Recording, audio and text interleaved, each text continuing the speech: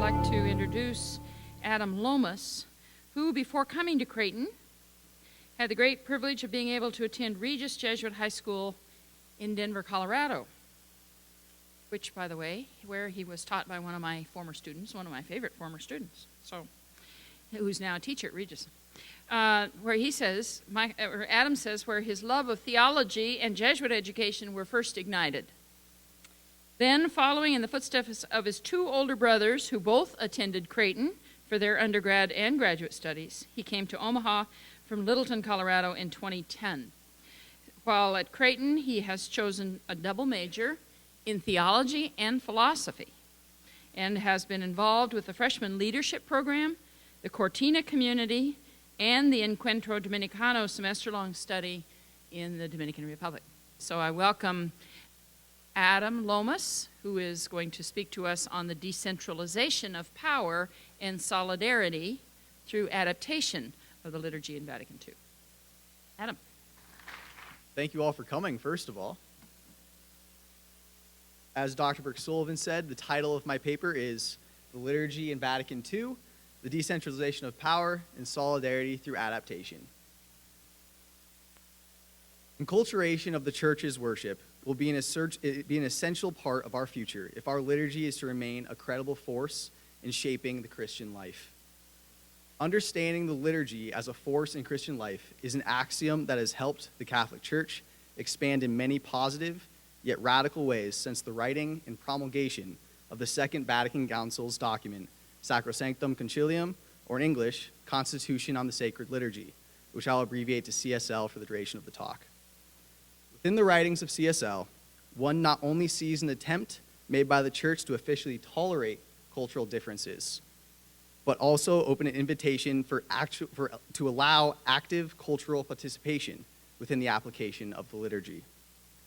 After first reviewing several significant areas of CSL, this adaptation and shift in liturgical understanding will be analyzed on two main levels. One, the decentralization of power within the liturgy and its contingent effects on lay participation within the Mass, and two, the inclusion of the laity within the actual leading of the liturgy, which will be exemplified through the ministry of the Presidentes de Asamblea program in the Dominican Republic. Before delving into CSL, a basic chronological understanding of the liturgy must first be established to understand the context out of which Vatican II evolved. Within the subject of liturgical reform, in light of cultural adaptation, exists a vast amount of historical information.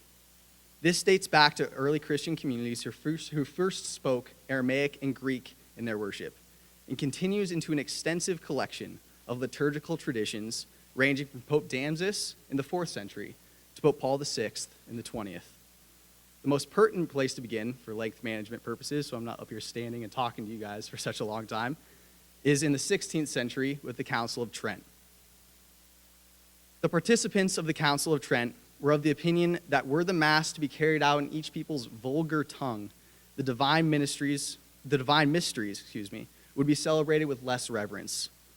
In the Council's addressing and refusing the acceptance of the vernacular, the Council Fathers were simultaneously closing a significant door to cultural involvement within the liturgy due to the undeniable fact that there exists a fundamental connection between culture and language. This door would remain closed in mainstream Catholicism until Vatican II.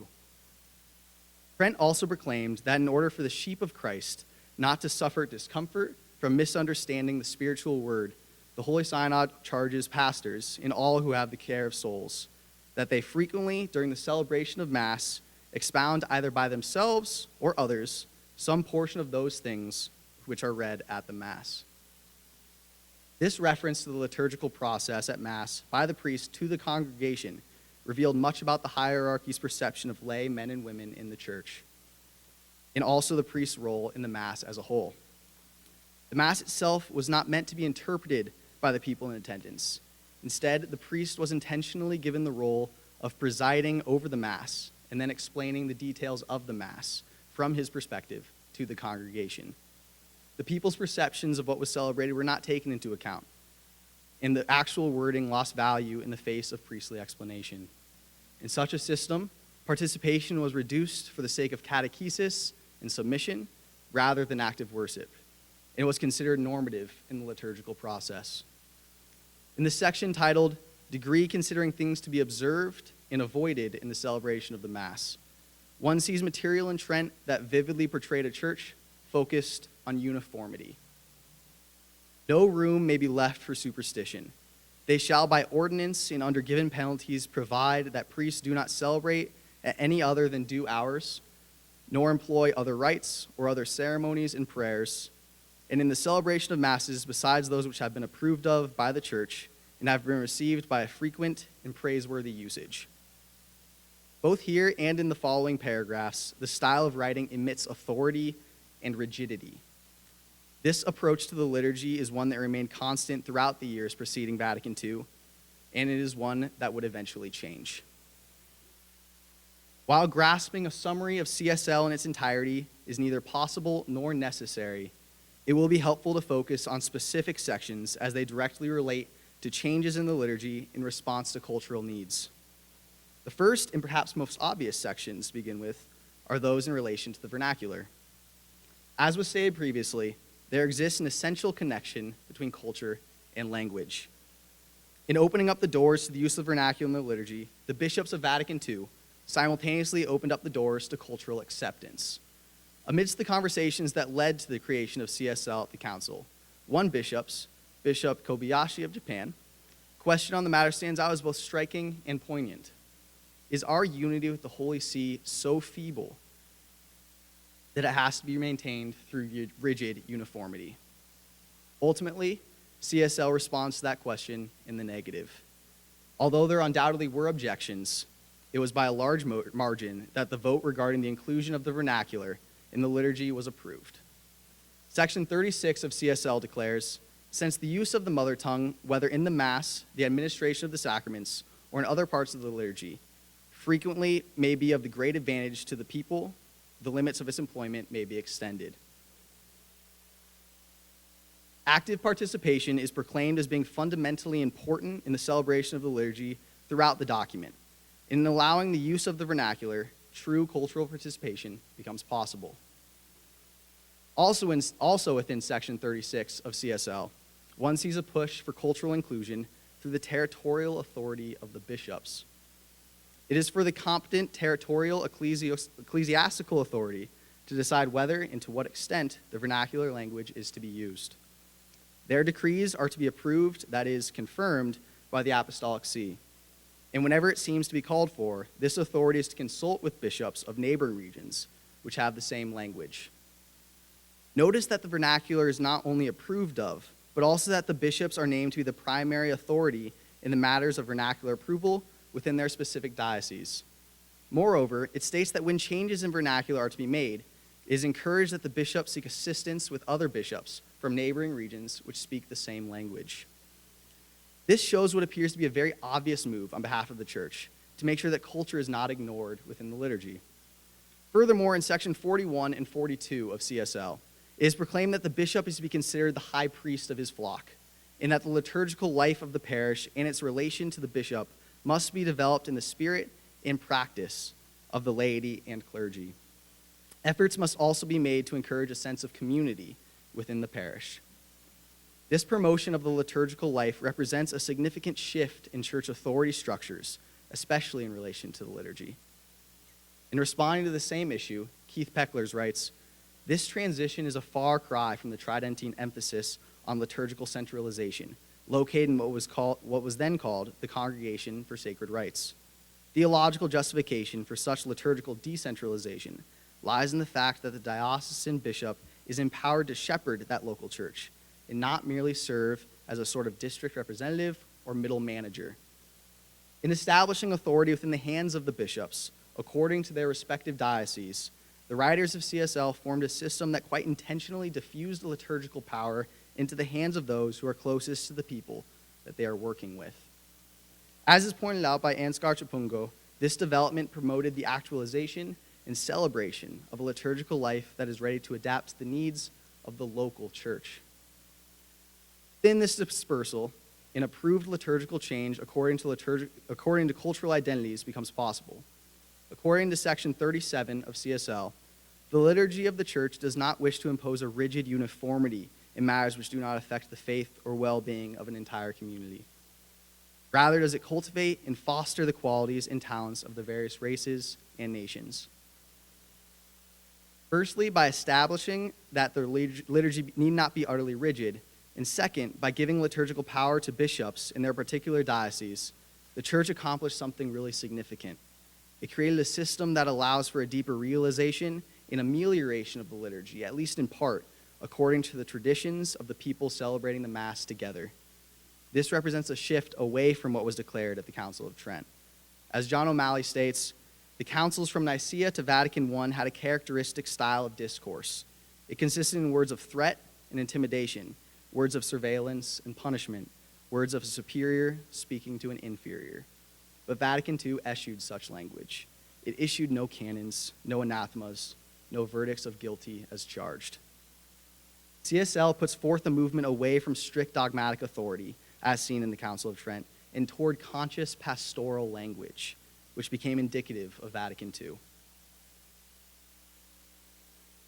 This movement toward a more pastoral church is exemplified within Paul VI's encyclical Pastoral Munus, which explains and expands upon the powers and privileges granted upon bishops and priests. Within it, he states, as the second session of Vatican II draws to a close, out of a strong desire to assure the conciliar fathers of our high esteem for all our brothers in the episcopate, we have decided to accede gladly to the bishops' petitions and to make those concessions to them that will highlight their episcopal dignity and at the same time make their pastoral charge more effective and unencumbered. This we believe to be eminently consistent with our own office as universal pastor. As we extend these concessions to bishops, we ask at the same time that joining themselves to Christ and to ourselves, his vicar on earth, and animated by a burning charity, they strive by the help of their own work to lighten the care of all the churches that rests on our shoulders. Paul not only reaffirmed the bishop's authority within their diocese, but also established a measure of autonomy within the clergy that was not seen emanating from Rome in previous years. Referring back to Trent, Paul's encyclical also shows quite a different approach taken by Rome in relation to the bishops of the world. Trent documents went so far as to proclaim that priests could not celebrate Mass at any other time except for those approved of and practiced by the hierarchy in Rome, whereas Paul specifically permits priests to celebrate Mass at any hour of the day. This increase in clerical autonomy became undeniably important in the liturgical adaptation to cultural needs within the Mass. Without changes in style, acceptance of cultural differences, the use of vernacular, and clerical authority, programs such as Presidentes de Asamblea, which I'll abbreviate to PA, would never have been possible. As Thomas Kelly points out in an essay of his focusing on the PA, due to the fact that lay ecclesial ministry is both controversial and fundamentally important within the Roman Catholic Church, it is imperative to analyze how Catholic communities across the globe are utilizing lay ministers within an ecclesial context. The Presidentes ministry in the Dominican Republic presents itself as a distinct example of the Catholic Church responding to a specific ecclesial problem through the use of lay ministers. What is that problem? The answer is quite simple. Due to a lack of availability and mobility, priests cannot adequately respond to the ministerial needs of a large percentage of the Dominican people. The handbook for the PA, which simultaneously operates as a training manual for the Presidentes, begins by addressing the widespread issue in the Dominican Republic of there being too few priests to regularly celebrate Mass in the rural campos or villages in the Dominican Republic, which make up, according to the handbook, 70% of the population. In response to such an issue, the creation of the chairpersons of the assembly with the mission of the bishop to preside over the liturgy of the word, distributing the Eucharist, and directing the community under the parish priest became suggested as a solution. This solution could not have been possible without two changes within the church teaching, both of which are written on and approved of in the pages of CSL. First, the use of vernacular, and simultaneously the acceptance of culture, and second, the acknowledgement of the bishop's authority within his own diocese. The PA ministry was established in 1967, just 2 years following the conclusion of the Second Vatican Council. Its goal, as previously mentioned, is to respond to the ministerial need of the campesinos, or peasants, within the Dominican Republic, and its establishment effectively shows a church striving to respond to the local needs of faith communities. One may ask how exactly the Presidentes are able to respond to those ministerial needs. In order to answer that question, one must confront the pertinent issue of responsibility. The primary pastoral responsibility of these ministers is to facilitate and organize local parish activities, including a weekly communion service, funerals and blessings appropriated to the laity, communion to the sick and homebound, exposition of the Blessed Sacrament for adoration, base communities, and Bible study. They are committed to integral development in their local communities, to finding food and shelter, home improvements for the poor, and community development in areas lacking resources. The Presidentes act as an essential ecclesial representatives within their given campos, and it is through the Presidentes' ministry that a pastoral presence can be consistently and effectively experienced by the members of various faith communities in the Dominican Republic. An additional question that one may feel is principally important to ask is that of structure. How do the Presidentes communicate with the various ordained pastors with whom they are working with? The entire process from beginning to end is always in collaboration with the ordained minister in whose area the lay minister works. This relationship is important because it is through the local lay minister that the ordained minister is informed and educated about what is occurring in a particular community with which he has little or no contact. He learns what the needs of the people are both collectively and individually, and how best to respond to those needs. Who knows a community better than those who live in it? Communication is obviously an imperative factor within the entire formation of the PA program. For without communication, a myriad of structural issues may become prevalent. However, through the consistent and reliable relationships that the lay ministers have formed with the ordained, the ministry has experienced both successful longevity and positive results. Due to both of those things, amongst others, the PA ministry remains a positive example of liturgical adaptation in action. In conclusion, after analyzing several passages and themes within CSL, shifts in liturgical adaptations and understandings can be seen in two main levels. One, the decentralization of power within the clergy and its contingent effects on lay participation in the Mass, and two, the inclusion of the laity within the actual leading of the liturgy. Through the acceptance and implementation of the various applicable passages contained within CSL, one is able to experience a church that is willing to not simply condone liturgical growth in response to cultural needs, but also celebrate it. This epitomizes a church dedicated to making an ecclesial shift away from a community focused on uniformity through authority to one that is centered on unity through acceptance and enculturation. As Kelly writes, the people of God and the needs they have as they journey towards an ever deeper relationship with their Lord is an image that produces certain responses and not others. An image of the church as primarily a monarchical society that transmits truth and punishes those who question aspects of that truth will result in a different approach to new and innovative forms of ministry from an image of God, from an image of church as a people in communion with one another, and with God. Through CSL, the Council Fathers of Vatican II made possible the existence of ministries such as PA, and because of it, and ministries like it, the image of the church can remain one centered on communion with others and with God. The liturgy has been and remains one of the most important parts of the Catholic tradition. It is a constant reminder of not only our commitment to our Christian faith, but also of our continuing tangible relationship with God and each other. Therefore, so long as the liturgy remains closely in tune with cultural and local needs, it can contingently remain intrinsically connected to the lives of those celebrating it. It is within this connection that CSL gains its significant momentum, and it is through that momentum that today's modern church can propel itself forward, while simultaneously never leaving behind the people who comprise it.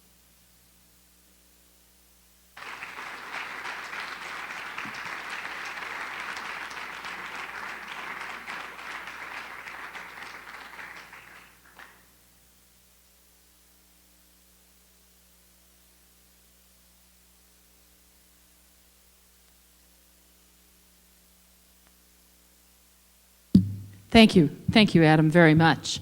Now we have time for questions and reflections, comments, any things you'd like to address to Adam. Please come to the microphone.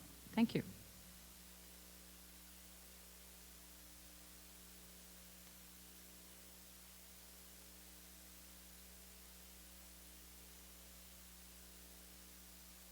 Adam, thanks for your presentation.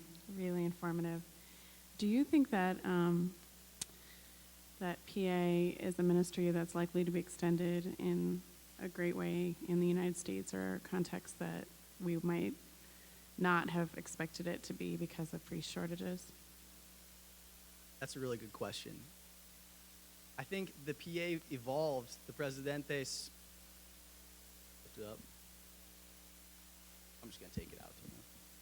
Yeah. Can you hear me now? Great. I think the Presidentes de Asamblea program developed specifically because there's such a lack of mobility and availability in the Dominican Republic. And it was really difficult for priests to reach the people in the campos. Dr. Kelly writes in his essay that specifically a Presidente who he interviewed, the roads to get to his campo were so bad that priests just couldn't get there on a regular basis. It just wasn't feasible. So in regards to bringing a program like that to the United States, I think you kind of have to look at the needs of the United States in relation to lay ministry in our country. This developed specifically because of a lack of mobility and availability in the DR.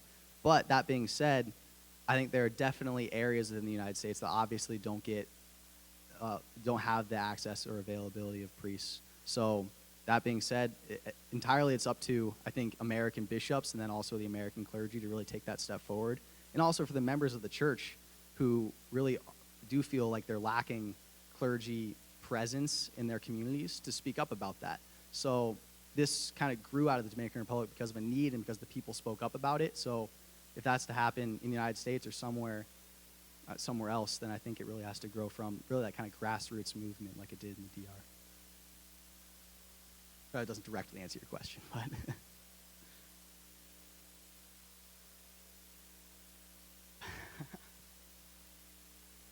told you I'd be intimidated. Here I am intimidated. I'm here to intimidate you to the best of my ability. In my first parish, which I got 2 years before my classmates did because I was so tired of being a young priest and so unhappy. I wanted to be a truck driver. And they asked for my resume at the truck driving school, and I gave my employer, Archbishop Daniel Sheehan. A couple days later, he called me. He says, "What's this? You want to be a truck driver?" Anyway, I bring that up as a little background. He says, "Would you be happy as a pastor in a little country parish?" I bring that up. It was my first love, and I was really happy there. I did some other things like start community theater and stuff, which helped. But there were 60 families when that parish was begun in 1898 up in the farming territory south of Yankton, South Dakota. And I was in 1898, the priest from Constance, Switzerland, founded the place, built the rectory and the church, with the people. And when I left in 1978, I was the last priest to live in the rectory. And in that period already began the amalgamation, the joining of country parishes, the dearth of parish priests. And now we have Wenceslas and certain Omaha parishes, and the process is continuing. Just this past spring, we had closures of parishes.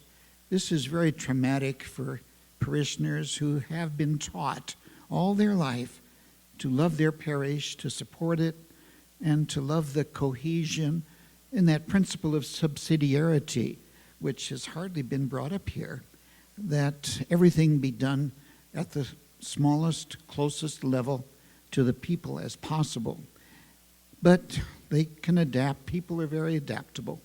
But it seems to me that small, cohesive unit of a parish has given way to the more corporate American structure of managerial administration with all the accoutrements of parish councils and committees. And the question now is, how do we break these big things down to recapture that original cohesion and closeness which human nature, by definition, needs to progress and feel a certain bond with. So anyway, I thank you for your concise talk, It was understandable, clear, and we appreciate the brevity and the cohesion and the precise, targeted topics. So thanks so much, Adam, and all the best to you. Thank you.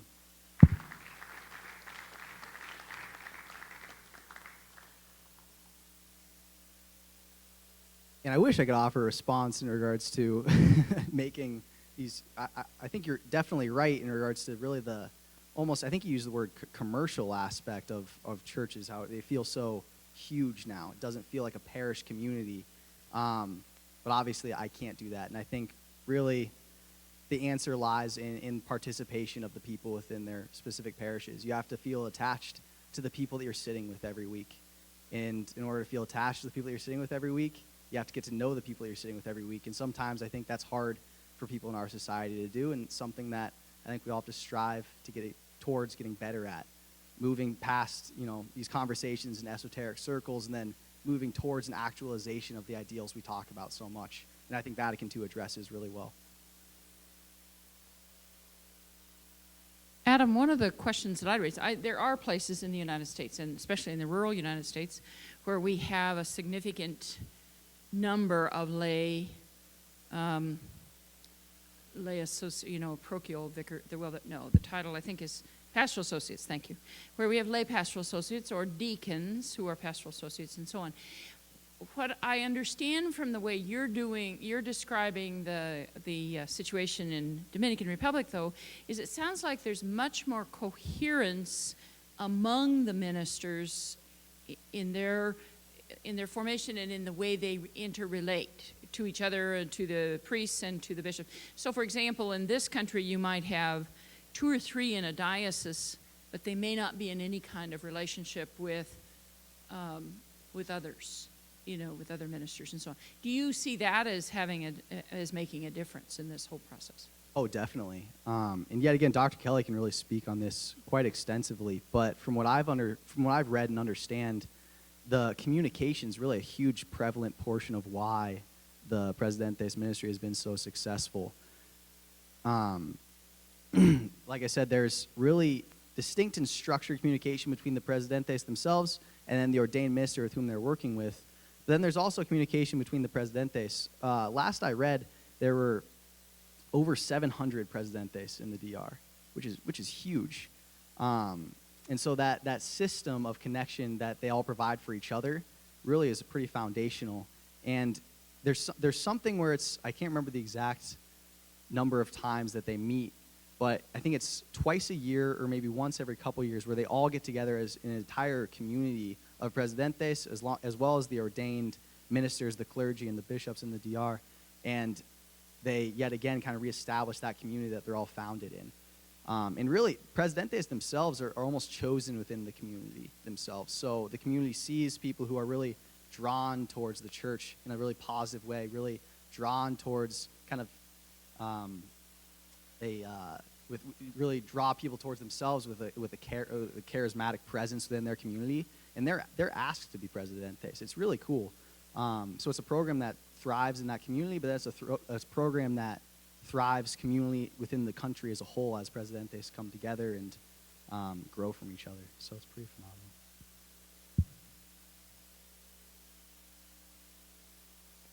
Hi, Adam. Thank you for your talk. It was fantastic. As someone who's not very familiar with the Presidente's program, that ministry, has it been met with any negative response in terms of, or that you know of, in terms of maybe resources used or kind of how this type of ministry is being executed? Do you know, has there been any, I guess kind of like flack that they've gotten from whether it be the overarching church or locally? As far as I know, no. I know the bishops in the DR love it, including the Archbishop. So as far as the leadership within the Dominican Republic, as far as I know, it's been very positively supported. And then in regards to global perception of the program, honestly, I think part of it is that these people are able to maintain their Catholic identity because of this program. They're able to maintain a constant relationship with the church because they're able to participate within a liturgy that they wouldn't be able to participate in without it. So it's hard for me to imagine a really, really critical response to the program itself that's been so successful. And so because of that, I haven't heard any really critical responses to it, but there might be some out there.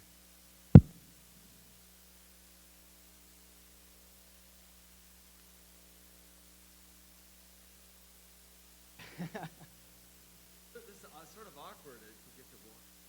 Adam, I spent a little time in Congo over the winter and interacted with some small Christian community leaders there, and they have a really thriving program. And one thing I noticed is that a lot of what they call basic living ecclesial communities are led by women. And I'm wondering, could you talk a little bit about the gender dimension and whether the Presidentes program has enabled women to be more engaged in leadership, or is it still pretty dominated by men? That's a really good question. Okay, so within the Presidentes program, there are essentially different layers. And one of the most significant layers is something called amadores. Am I pronouncing that correctly? Yes, it's animators. So those are people who are called based on their speaking ability and also their singing ability, and they really focus on liturgy of the word and being able to preach within the liturgy. And that can be either a man or a woman who are the animators within this program. So in that way, leadership can definitely be gender inclusive. Presidentes themselves, who distribute the Eucharist and have the Presidentes duties, those are exclusively males. And I think that's to keep the male presence of a priest really alive in their community, even though the Presidentes themselves aren't priests. But yes, animators definitely, women are involved in that.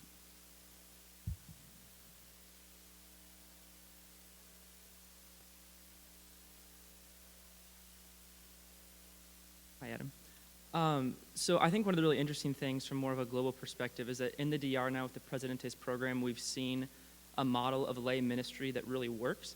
And so I wonder if globally, has this started any sort of conversation about the intrinsic value of lay ministry, or is this only okay because there is a need to be met? Like, are lay ministers only okay when there are no ordained ministers to be had? And what has that conversation been like? That's a really good question. And I don't have a really good answer for it. I think that's definitely a conversation that should be had, and I think it's a conversation that is being had. And at the same point, I do not have a good answer for it, but that's a good question.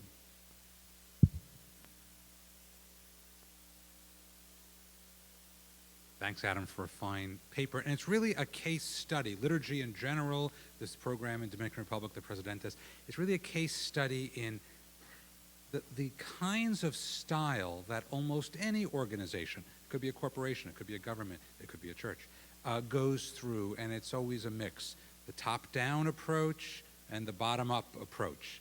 And I want to give you a chance to think about maybe the future. It's a question about the future. So you can imagine, and we've come from an era of a lot of top-down. Everything was regulated. You talked about the earlier documents like Trent. Everything was top-down because there wasn't a lot of trust. Gradually, you've described a movement, and Vatican II's Sacrosanctum Concilium is an example of it, where there's maybe a slight changing of that, an amendment to that, maybe more bottom-up, maybe more trust. Where do you see us going in the future, and where should we as a church be going in the future? And feel free to hedge and say and fudge, and there's a hybrid. It's also a really good question. Thanks, Paul. I think I see our future really as being linked with education. I've really valued my time in theology classes at Creighton, and I think theology and then just education about the religion that you're a part of are extremely linked in regards to feeling attached then to the community that profess the same beliefs that you do. So where I see the future going, I see the future as hopefully being focused on education, but then also shared celebration of the knowledge that education brings. I feel as though people are more attached to knowledge that they have grown to understand themselves than knowledge that's been forced upon them from a deemed higher structure. So that being said, I think people in the church, the members of this church, of the church as a whole, will grow towards having a stronger community once, I think this is happening and it has been happening for a long time, once the members of the church really grow towards understanding, educating themselves, and then also growing to love the faith that they profess to believe, and then the people that they profess that faith with. So I think that's the simplest answer I can give, is that it's linked to education, and that it's linked to then celebrating that education, that knowledge, that faith, and that love with the people that surround you.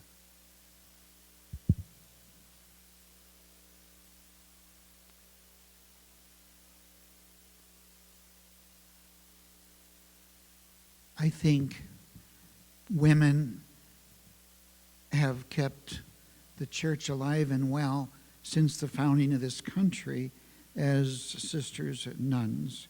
The teaching orders in my hometown, they got $1 a day plus board and room. And besides teaching religion, as well as everything else, all the teachers were nuns. They got to scrub the sanctuary floor and iron the linens as a bonus and keep the candles burning. There's one yesterday was a disaster because whoever did not understand what the nuns so clearly, as soon as the wax gets under the follower, the thing is done. Tina, I feel like that's directly directed at you there. That was But I think we have to say, now the deacons, that's very interesting. This whole nother topic. They are doing essentially what the nuns did, except for the specific sacramental help at the altar. But in every other aspect of deacon ministry, I don't see where the deacons are any different than the nuns, except they have more of a clerical position, which some of them love very much, by the way. Anyway, there's so many people becoming involved in catechesis for baptism of children, with the RCIA. Marriage preparation is not done by priests hardly at all, even though we know everything there is to know about married life. But it's usually a group of experts that get together and have offerings. You know, I think there's a great deal of progress being made, probably out of necessity, but there has been progress of lay involvement. And in some ways, it's not a lot different. When I went on vacation in a country parish, the EME, I don't know if this was strictly legal, but the EME came and gave out communion, the lector came and read, and they had a service they were perfectly happy with. I mean, I think it's working, and I think we're on the edge of a great time in the church when lay people are being invited out of necessity or because of their own free will are being called forth to take their place. And I think it's working. I really do. I know this is sacramental, I suppose, interest specifically in the document on the liturgy, but we were talking about these other things too, and I think it's going to be okay. I think so too.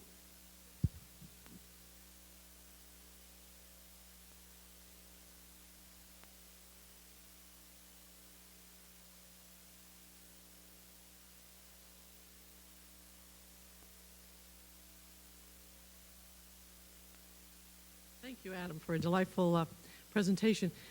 A lot of the previous comments had me thinking about wanting to go back to the issue of kind of a comparison of how the DR solved its issues in terms of lack of priests and how we're dealing with that.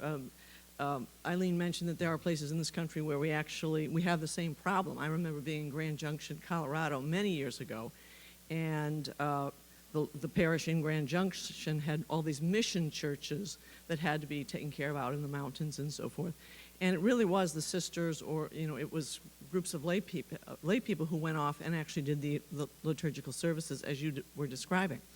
What I'm wondering about is, have you thought much about one of the other ways in which we seem to be dealing with our priest shortage that I hear a lot about from people and great frustration about is bringing in priests, you talked about the mobility issue, bringing in priests from other continents. Some would talk about the fact, I thought of Jay earlier with Africa, that we're poaching priests from Africa is a phrase that I've heard used. What are your thoughts about that? I mean, have you thought much about that as, you know, a strategy that's being used here, especially given the role of culture in communities, liturgy, and so forth? Thank you for your question. I think first and foremost, I definitely agree with kind of the implications of that question, but that being said, one of the beautiful parts of being Catholic is the fact that it is universal.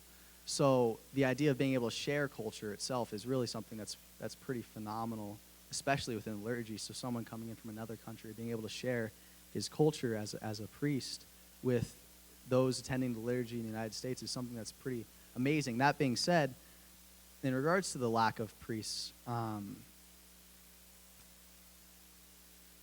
can definitely see how that will become a problem in the future, and there's something really valuable about growing up with someone, about being with someone through a community throughout the entire time that you've known someone, and then that person choosing to become a priest, and then staying in the community that he's been a member of his entire life. So there is something really intrinsically valuable about someone choosing to stay within the culture and the community that he developed in, or that she developed in, and then choosing to stay a part of that. And I think a man becoming a priest in the United States, then choosing to stay in the United States and live within that community is something that's extremely valuable as well. So, yeah.